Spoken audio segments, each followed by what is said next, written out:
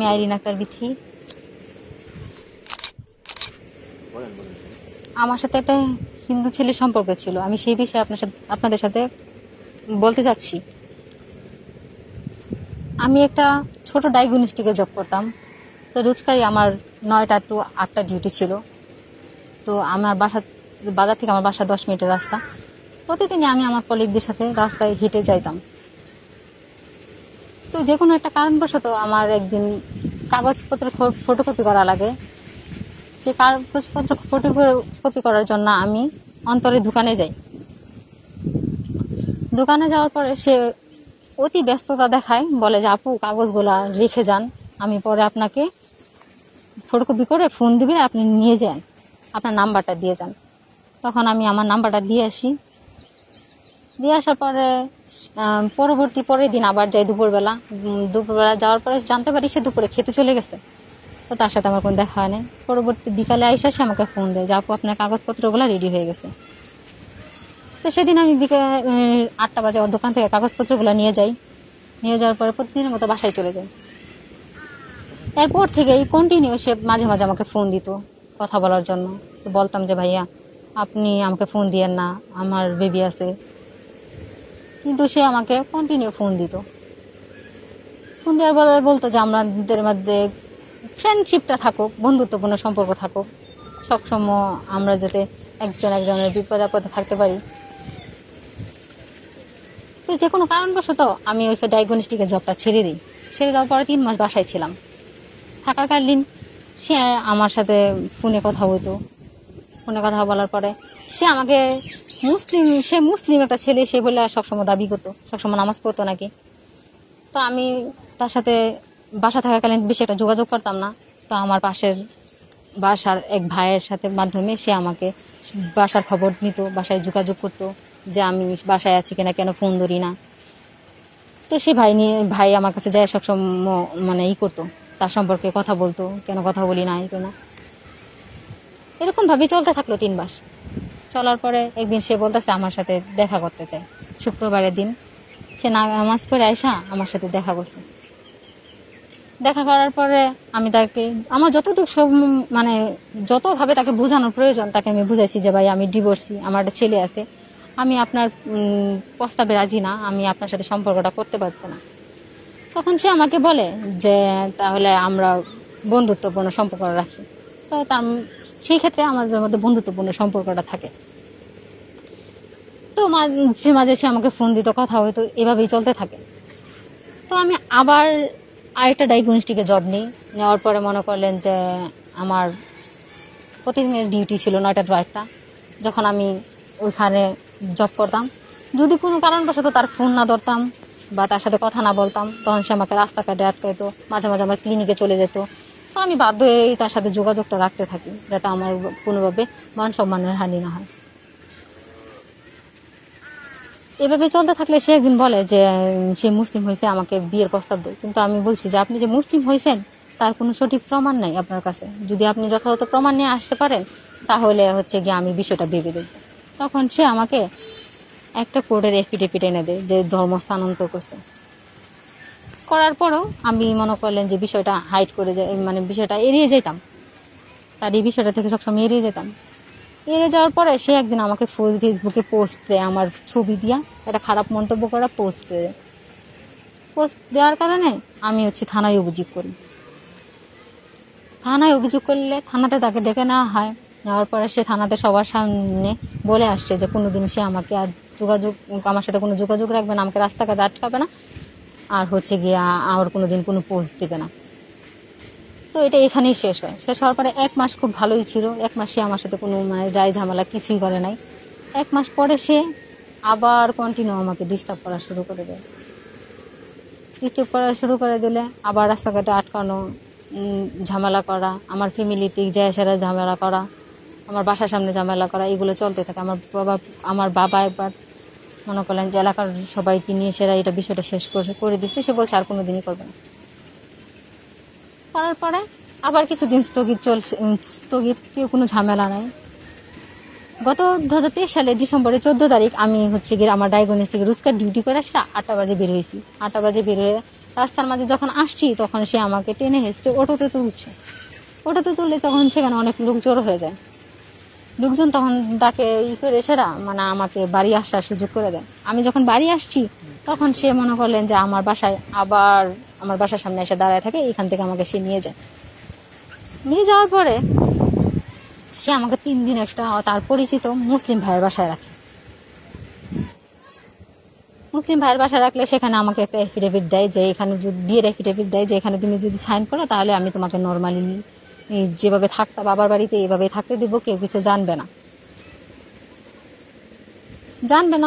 পরে আমি মনে করলেন বাধ্য হয়ে এটাতে সাইন করে দিছি, যেহেতু আমার বাড়ি ফিরতে দিবে। কিন্তু সেই দিন সে আমাকে আর বাড়ি ফিরতে দেন। 11 দিন আমাকে নিয়ে দুর্গাপুর রাখি। দুর্গাপুর 11 দিন রাখার পরে সে আমাকে নিয়ে বলে যে আমার মা হালুয়াঘাট হসপিটালে ভর্তি, আমার মা অসুস্থ, আমি একটু হালুয়াঘাট যাবো। বলছি ঠিক আছে, তাহলে তুমি আমাকেও নিয়ে যাও। না, তোমাকে নিয়ে যাবো না, তোমাকে আমার এক পরিচিত আপুর বাসায় রেখে যাই, আমি এবারে বিকালে এসে তোমাকে নিয়ে যাবো। সেই যে সে গেছে 45 দিন, তার সাথে আমার কোনো যোগাযোগ নাই। সে আমার সাথে 45 দিন কোনো যোগাযোগ করে নাই। 45 দিন যোগাযোগ করে নাই। এর মাঝে হচ্ছে গিয়ে সে আমাকে বলে যে সে ইসলাম ধর্ম গ্রহণ করার কারণে তার ওয়াইফ নাকি তাকে ছেড়ে চলে গেছে। 45 দিন মাঝে তার ফ্যামিলি, তার ওয়াইফ, তার চাচা সবাই আমাকে অনেক হুমকি ধুমকি দিছে। হুমকি ধুমকি দেওয়ার পরে এই 45 দিন আমি আমার ওদের হুমকি এইগুলো শোনার পরে আমি আমার ফোন টোন সব বন্ধ করে রাখছি। 45 দিন পর আসার পরে সে এবার আমার এলাকার ছোট ভাইয়ের মাধ্যমে আমার খুঁজে বের করে। আমি আমার বোনের বাসায় ছিলাম, সেখানে খুঁজে বের করে আবার সে আগের পাগলামো শুরু করে দেয়। আগের পাগলামো করাতে আমি জানি যে এখানে আবার সে ঝামেলা করবে। তার জন্য আমি ইউনিলিভারে চাকরি করতাম, তখন আমি জামালপুর চলে গেছি, জামালপুর সরিষাবাড়ি। ওইখানে থাকাকালীন সে আমাকে অসংখ্য ফোন, অসংখ্য মেসেজ, অসংখ্য থ্রেট দিত। আমি যদি তার লাইফে না ব্যাক করি তাহলে সে আমাকে বাসা থেকে তুলে নিবে, আমার বাসায় ঝামেলা করবে, আমার বাসায় সিন ক্রিয়েট করবে। তো তারপরও আমি জামালপুর 19 দিন থাকার পরে ঈদের ছুটিতে 27 দিন বাড়িতে আসছি। আসার পথে সে আমাকে রাস্তায় তার দোকানের সামনে আটকায় আমাকে রাত 10টা পর্যন্ত আটকায় রাখছে। পরে আমি অনেক রিকোয়েস্ট করার পরে সে আমাকে বাসায় যেতে দিয়েছে। বলছি যে ঈদটা পর্যন্ত আমাকে সময় দাও, ঈদের পরে আমি বিষয়টা নিয়ে তোমার সাথে আলোচনা করবো। তারপর বাড়িতে ছাইরা আমি মনে করলেন যে 7 দিন ছুটি ছিল আমার, 7 দিন আমি ফোন টোটালি বন্ধ করে রাখছি। 7 দিন তার সাথে আমি কোনো যোগাযোগ করিনি। আবার যেদিন আমি আমার বাসা থেকে বেরিয়ে যাব জামালপুরের উদ্দেশ্যে, সেদিন সে আমাকে রাস্তায় নালতাবাড়িতে আটকানোর ফলে আমাকে সে বাড়িতেও আসছিল না, আমাকে জামালপুর যাইতেও দিচ্ছে না। অনেক রিকোয়েস্ট করার পরে, অনেক ঝামেলা করে সে আমাকে জামালপুর পর্যন্ত আমার বস পর্যন্ত নিয়ে গেছে। ওইখানে আমি আমার বসকে সব কিছু বুঝাই দিয়া ওই দিনই আবার চলে আসছি। আসার পর রাত্রের 12টা, 12:30 পর্যন্ত সেই ঝামেলা আমার রাস্তায় আটকায় রাখাই করার পরে আমার রাতের 12টা বাজে আমার সে বাসায় যেতে দিছে। আমি বাসায় আইসা আর তার সাথে বেশি একটা যোগাযোগ হয় নাই। তার সাথে আমার জাস্ট ফোনে কয়েকদিন যোগাযোগ হয় নাই। হওয়ার পরে আমার সাথে তার সাথে ফোনে কথা হইতো। তারপর থেকে তার সাথে আমার কন্টিনিউ ফোনে কথা হইতো। ফোনে কথা হইলে আমি বলছি যে না, তুমি সম্পূর্ণভাবে মুসলিম হও না। তুমি মুসলিম যদি হইতা তাহলে তো তুমি করতা না হইলে, তুমি হিন্দু ফ্যামিলিতে থাকতা না হলে হিন্দু ফ্যামিলিতে, তুমি মুসলিম, তুমি হিন্দু ফ্যামিলিতে কেন থাকবা, এটা বলার পরে সে হচ্ছে ফেসবুকে পোস্ট দিয়েছে যে আমি নিজে ইচ্ছা ইসলাম ধর্ম গ্রহণ করছি। করার পরে হচ্ছে গিয়ে পোস্ট দিলে আমি হচ্ছে গিয়ে আবার এটা দিয়ে সেটাই প্রতারক করে সেটা পোস্ট দিতেছি যে সে একজন প্রতারক। সে মুসলিম হওয়ার সত্ত্বেও হচ্ছে কি হিন্দু ফ্যামিলিতে থাকে, হিন্দু পরিবারের সাথে থাকে। তারপরে এটা নিয়ে হচ্ছে অনেক সমালোচনা হয়, তার বন্ধু বান্ধব তাকে চাপ দিয়ে যেতে সে মুসলিম।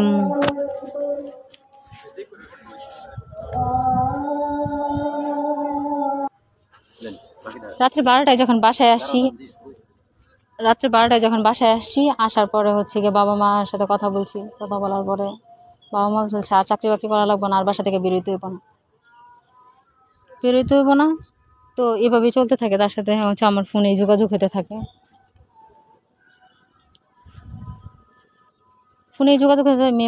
মে মাস, জুন মাস, জুলাই মাস হচ্ছে আমার সাথে হচ্ছে তার ফোনে কথা হইতো, মাঝে মাঝে দেখা হইতো, এরকম ভাবে চলতো।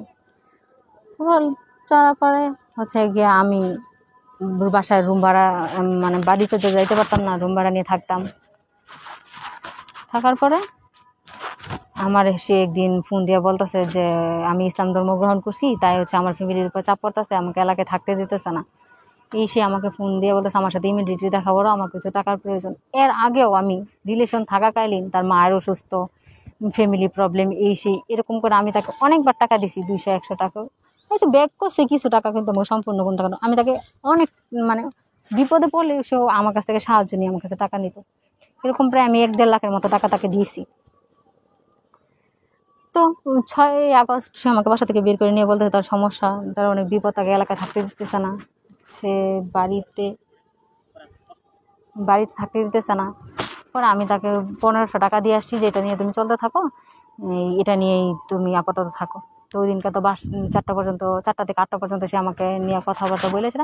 আমি বাসায় আসছি 7 তারিখ গেছে মাঝখানে, 8 তারিখ সকালবেলা সে আমাকে ফোন দিয়ে বলতেছে তোমার বান্ধবী অসুস্থ, সে আমাকে ফোন দিছিল। পরে আমি ঘটনার সত্যি যাচাই করার জন্য আমার বান্ধবীকে ফোন দিলাম, বললো যে হ্যাঁ অসুস্থ, তাই তুই তো আমাকে না, তোর সাথে একটু কথা আছে, আমার একটু মেয়েরই প্রবলেম। পরে হচ্ছে সে আমাকে নিয়ে যায় দুর্গাপুর, আমার ফ্রেন্ডের বাসা হচ্ছে দুর্গাপুর, ওইখানে নিয়ে যাওয়ার পরে হচ্ছে গিয়ে আমি তো আমার ফ্রেন্ডের সাথে দেখা করি, কথা বলা, সে আমার কাছ থেকে আমার ফোনটা নিয়ে নিছে। আমার বাবা যে একবার ওকে বলছিল যে যদি নেক্সট টাইম এই ছেলের সাথে তোমার কোনো যোগাযোগ থাকে তাহলে আমি আমার বাড়িতে তো আর এর কোনোদিন থাকতে দেবো না। সেই সুযোগটা সে কাজে লাগিয়ে আমার ফোন নিয়ে আমার মাকে আমার বাড়ির নাম্বারে ফোন দেয়, ফোন দিয়ে লাইনে রাইখা সেরা সে আমার সাথে নর্মালি বিহেভ করে, যাতে আমার ফ্যামিলিকে এটা প্রমাণ করতে দেয় যে আমার সাথে তার হচ্ছে যোগাযোগ আছে। তো আমি বিকালবেলা বাসায় আসি, আসার পরে আমার বাসায় অনেক ঝামেলা, আমার বাবা, আমার বোন, আত্মীয় স্বজন সবাই বাসায় আসছে যে এই ছেলের সাথে আবার তোর যোগাযোগ আছে, তুই আর এই বাড়িতে কোনোদিন থাকতে পারবি না। আমার আম্মুর উপরে চাপ পড়তেছিল। পরে আমি আমার আম্মু বলতেছে যে তুই তোর নানু বাড়ি চলে যা, কিছুদিন এখানে থাকার পরে আমি তোর ব্যবস্থা করে দিতেছি। তখন আমি যখন বাসা থেকে বেরোনোর পর সে রাস্তায় তাকে পাইছি, রাস্তায় পাওয়ার পরে সে আমাকে বলতেছে যে হয় আমার সাথে যাইতে হবে, নাহলে বাড়িতেই থাকতে হবে। তো আমার বাড়িতে থাকার কোনো সিস্টেম নাই, আমি তার সাথেও যেতে পারবো না। বলছে যে আমি তোমার সাথে যাবো না, আমি তোমার সাথে এখন আর যাবো না, তুমি আমার অনেক ক্ষতি করছো, আর করো না প্লিজ, অনুরোধ করি। পরে বলতেছে চলো তোমার নানার বাড়িতে এসে, ঠিক আছে তোমার দিয়ে আসতেছি। নানার বাড়ির কথা বলে সে একটা অটো নিয়ে আমাকে নিয়ে হচ্ছে ধারাবাজার গেছে একজন হুজুরের মাদ্রাসায়। ধারাবাজার নিয়ে এসে রাত্রে 12টা পর্যন্ত সে আমাকে বসায় রেখেছে, আমাকে কোনো আশ্রয় দিতে পারে না।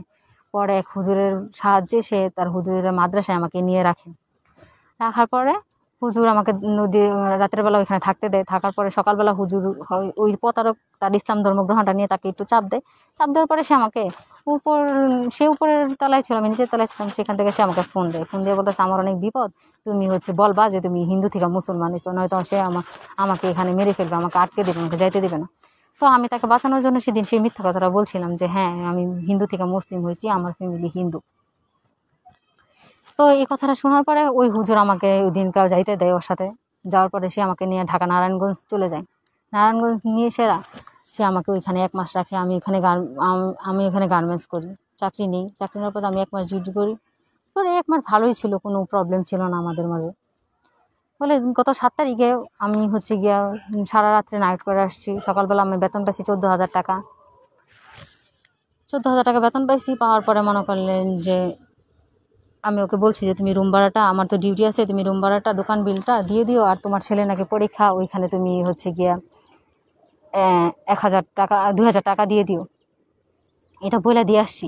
এর মাঝে ওর ওয়াইফ, ওর চাচা আমাকে ফোন দিয়ে 1 মাসে অনেক গালাগাল করছে, অনেক খারাপ মন্তব্য বলছে। আমি তাও কখনো কাউকে ফোন দিয়ে কিচ্ছু বলিনি, যেহেতু আমি ভুল করছি, ওর সাথে চলে আসছি, যে ওর সংসার আছে, আমার বিয়ের পরে জানতে পারছি ওর সংসার আছে, তো আমাকে শুনতেই হবো। সবটা শুনে আমি ওর সাথে মানে ওদের কিছু বলতাম না। 8 তারিখে সকালবেলা আমি ডিউটি দিচ্ছি, ওরা টাকা বুঝিয়ে দিয়ে সে দুপুরবেলা আসছি, এসে দেখি যে যেভাবে খাবার ওভাবে আছে, রুম তালা লাগানো আছে, সে বাসায় নেই। আমি ভাবছি হয়তো বা পরে আসে, বাহিরে আসে, এই জন্য পরে এসে খাবে। তো আমি আবার দুপুরে লাঞ্চ করে ডিউটিতে চলে গেছি। চলে যাওয়ার পরে আর রাত্রে 8টা বাজে আমার ডিউটি শেষ। আয়সা দেখি যে যেভাবে আছে ওভাবেই, মানে কোনো কিছুই মানে চেঞ্জ হয় নাই, সে বাসায় আসে না। তারপর আমি আমার বাড়িওয়ালি আন্টিকে জিজ্ঞেস করলাম যে আন্টি রুম ভাড়া পাইছেন? বলে যে না। দোকানদার আঙ্কেলকে জিজ্ঞেস করি আঙ্কেল আপনি দোকান বিল পাইছেন? বলে যে না।